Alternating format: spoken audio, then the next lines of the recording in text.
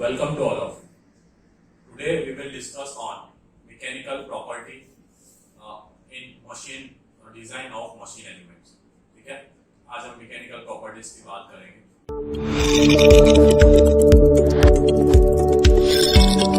सबसे पहला जो मैकेनिकल प्रॉपर्टीज है यहाँ पे दैट इज इलास्टिसिटी. ठीक है, तो elasticity is a property by virtue of which a metal regains its original shape when the external force applied on it is removed. मतलब हम कोई भी ऑब्जेक्ट में अगर हम वहां पे फोर्स लगा रहे हैं, ठीक है, तो वो अपना वहां पे डिफॉर्मेशन होगा उस ऑब्जेक्ट का. फिर उसके बाद हम वहां से फोर्स अगर हटा लेते तो उस टाइम वो क्या होगा, अपने ओरिजिनल शेप में आ जाएगा. ऐसे प्रॉपर्टी को हम यहाँ पे क्या कहते हैं, दैट इज इलास्टिसिटी हम उसको कहते हैं. जैसे कि यहाँ पे देख रहे हो आप, ठीक है, तो दैट इज कि यहाँ पे एक रबर बैंड है. उस रबर बैंड में हम क्या करेंगे, इस वेट को हम क्या करेंगे, हैंग करेंगे. ठीक, तो इस रबर बैंड में आप देख रहे हो कि आप यहाँ पे हैंग कर रहे हो, तो उस टाइम उस रबर बैंड का लेंथ L है.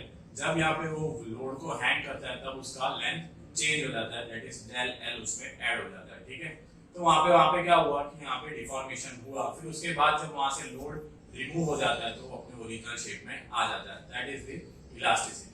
उसी तरीके से एक स्टील का रॉड है, उसमें अपने स्प्रिंग को माउंट किया हुआ है. ठीक है, उसका लेंथ L है.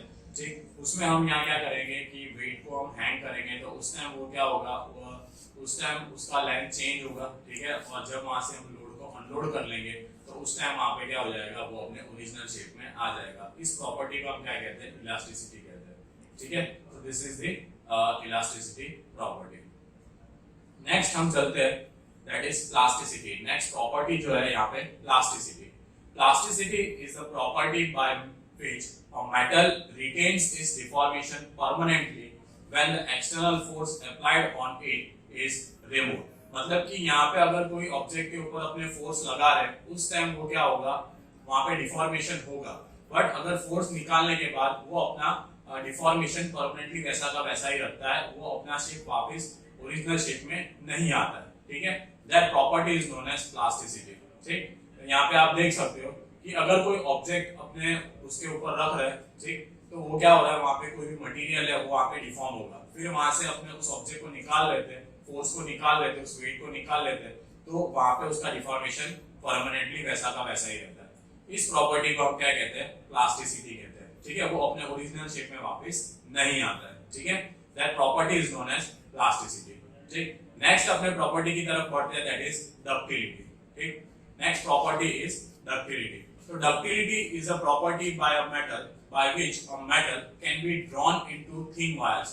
मतलब कि यहाँ पे एक ऐसी प्रॉपर्टी जिससे हम मेटल को थिन वायर्स में कन्वर्ट कर सकते हैं with the help of tensile forces. खिंचाव से हम क्या कर सकते हैं, उस मटेरियल को थिन वायर्स में कन्वर्ट कर सकते हैं. ठीक, कि it is determined by the percentage elongation, percentage reduction in area of metal.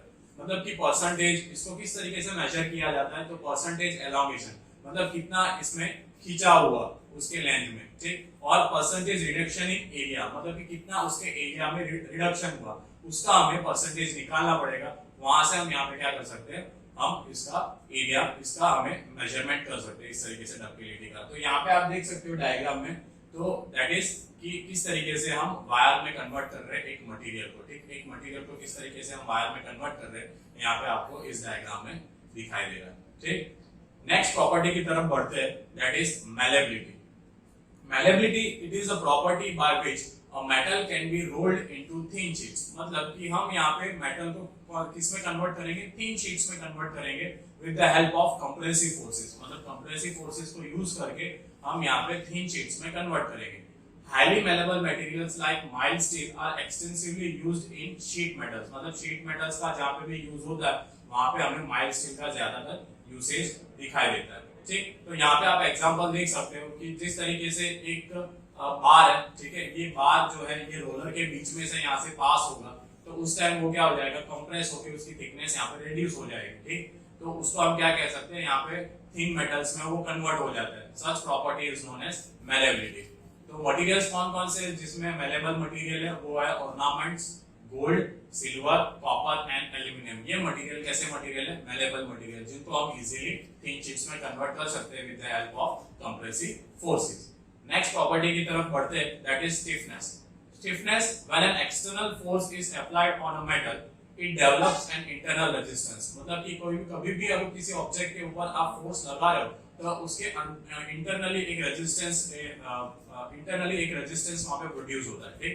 तो stiffness is the ability of a material to resist deformation under stress, मतलब स्ट्रेस के डिफॉर्मेशन से वहां पे उसको क्या करता है, वो रेजिस्ट करता है, ठीक। तो जैसे कि कंक्रीट मटेरियल है, तो कंक्रीट मटेरियल क्या करता है कि इजीली वो रेजिस्ट करता है कोई भी फोर्स इसके ऊपर इन्वॉल्व होता है। तो that property is known as stiffness, मतलब कि कंक्रीट का स्टिफनेस बहुत ज्यादा है as compare to wooden material. Wooden material में थोड़ा स्टिफनेस कम है, क्योंकि अगर वुडन मटेरियल पे आप फोर्स लगाओगे तो वो क्या होगा, वहां पे डिफ्लेक्शन होना स्टार्ट हो जाएगा, ठीक है।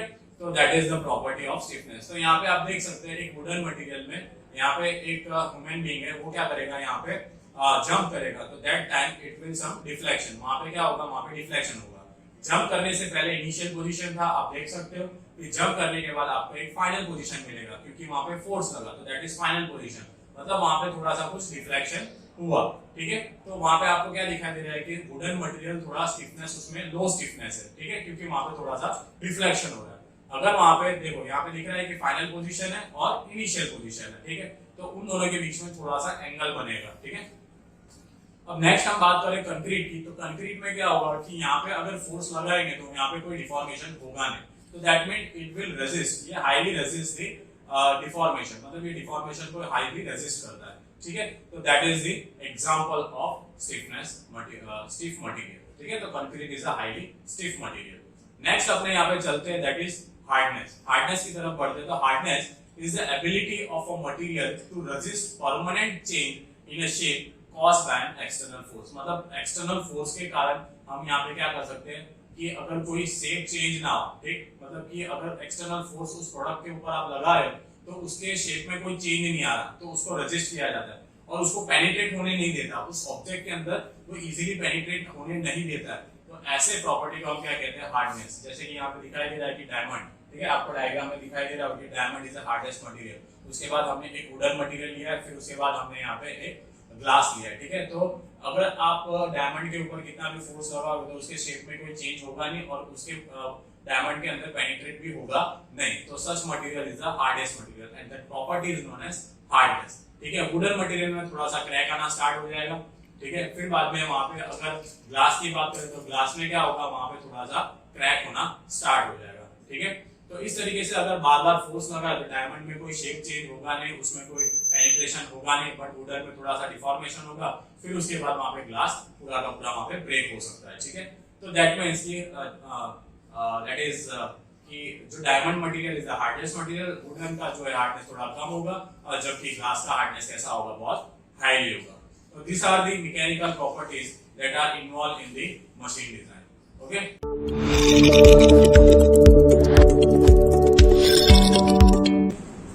नेक्स्ट हम यहाँ पे बात करेंगे दैट इज कि डिजाइन प्रोसीजर, कि कौन कौन से यहाँ पे डिजाइन प्रोसीजर और इन मशीन डिजाइन में कंसीडर किया जाता है। तो और हम इसे प्रोडक्ट डिजाइन साइकिल भी कह सकते हैं, ठीक है।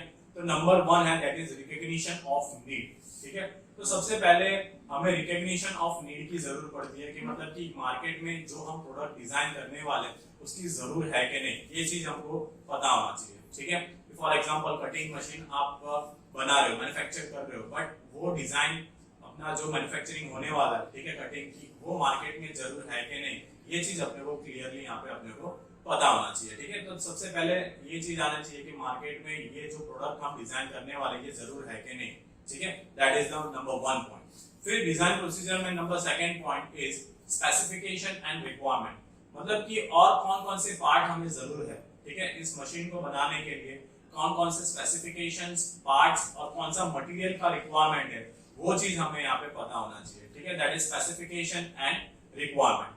फिर नेक्स्ट हम यहाँ पे चलेंगे दैट इज फिजिबिलिटी स्टडी, मतलब कि यहाँ पे हम अगर पूरा का पूरा मैन्युफैक्चरिंग मतलब कि यहाँ पे डिजाइनिंग हम क्रिएट कर ले, उसके बाद हमें यहाँ पे जो कस्टमर यूज कर रहे हैं वहां से हमें यहाँ पे फीडबैक लेना है कि ये प्रोडक्ट यूज हो सकता है कि नहीं, ठीक है। ये प्रोडक्ट हम अगर मार्केट में बेचेंगे तो ये इजीली रेडीली अवेलेबल हो सकता है नहीं, इसको रेडीली यूज कर सकते हैं नहीं, that is known as feasibility study, ठीक है। अगर वहां से कोई रिव्यू अपने को यहाँ पे कुछ एरर का रिव्यू मिल रहा है तो हमें उसे फीडबैक में डाल के उसको डिजाइनिंग में थोड़ा सा चेंजेस करना पड़ेगा। फिजिबिलिटी स्टडी मींस कि एक सिंपल सा ओवरव्यू पता चल जाएगा कि भाई ये मार्केट में फिजिबल है या नहीं, ये चलेगा या नहीं, ठीक है, कि ऑलरेडी ऐसा कोई अल्टरनेटिव प्रोडक्ट है हमारे वहां पे मार्केट में, ठीक है, तो हमें कुछ यहाँ पे मॉडिफिकेशन करना पड़ेगा या तो थोड़ा न्यूली डेवलप करना पड़ेगा। तो फिजिबिलिटी स्टडीज में एक ओवरव्यू हमें मिल जाता है कि ऐसा कोई प्रोडक्ट यहाँ पे अवेलेबल है या नहीं, ठीक है। नेक्स्ट हम यहाँ पे बात कर रहे हैं, दैट इज फिजिबिलिटी स्टडी के बाद आएगा that is creative design synthesis. Creative synthesis and creative design synthesis में यहाँ पे आएगा, ठीक है। तो इसमें 3 पॉइंट्स हमें कंसीडर करना पड़ता है, दैट इज कौन कौन से मैकेनिज्म यूज किए जाएंगे, ठीक है। फिर यहाँ पे आएगा आपका फोर्स एनालिसिस आएगा, स्ट्रक्चरल एनालिसिस आएगा कि कितना फोर्स लग रहा है उस मशीन के ऊपर और कितना यहाँ पे हमें यहाँ पे कौन सा मैकेनिज्म यूज करना है, ठीक है। तो वो सब चीजें आएगी, ठीक है। जैसे कि कटिंग मशीन है तो कटिंग मशीन में हमें Whitworth quick return mechanism use करना है या crank slotted liver mechanism use करना है, तो वो हमें डिसाइड करना पड़ेगा कि हमें कौन सा मैकेनिज्म यहाँ पे यूज करना है। फिर नेक्स्ट जो प्रिलिमिनरी डिजाइन एंड डेवलपमेंट। तो प्रिलिमिनरी डिजाइन एंड डेवलपमेंट में हमें यहाँ पे सबसे पहले यहाँ पे एक पूरा का पूरा जो मशीन है उसका डिजाइन हमें यहाँ पे जनरेट करना होगा, ठीक है। जैसे कि कटिंग मशीन है तो कटिंग मशीन का यहाँ पे हमें पूरा डिजाइन ओवरव्यू जनरेट करना पड़ेगा। फिर हम जाएंगे डिटेल डिजाइन की तरफ। डिटेल डिजाइन में जो भी यहाँ पे नट्स है, बोल्ट्स है, फिर वेल्डिंग का जो स्ट्रक्चर, वेल्डिंग का जो सिंबल्स है, फिर बाद में लिमिट टॉलरेंसेस कितना देना है, वो सब हम यहाँ पे इंक्लूड करेंगे डिटेल डिजाइन में, ठीक है। फिर नेक्स्ट है prototype building. Prototype building and testing, मतलब प्रोटोटाइप बिल्डिंग एंड टेस्टिंग में हमें यहाँ पे टेस्ट करना है। तो सबसे पहले उसका मॉडल बनाना पड़ेगा जो भी आपने डिजाइन किया प्रिलिमिनरी डिजाइन की मदद से, फिर डिटेल डिजाइन की मदद से हमें उसका डिजाइन क्रिएट करना पड़ेगा। उसके बाद हमें क्या करना पड़ेगा, उसका मॉडल जनरेट करना पड़ेगा। जो कटिंग मशीन बना तो कटिंग मशीन का मॉडल जनरेट करना पड़ेगा। उसके बाद उसका टेस्टिंग करना पड़ेगा कि उसमें कुछ एरर है या नहीं। उसको हम इंडस्ट्री में यूज करके देखेंगे उस मॉडल को कि इसमें कुछ प्रॉब्लम आ रही है नहीं है, उसको रिपीटेटिव यूज करके। फिर उसके बाद हम जाएंगे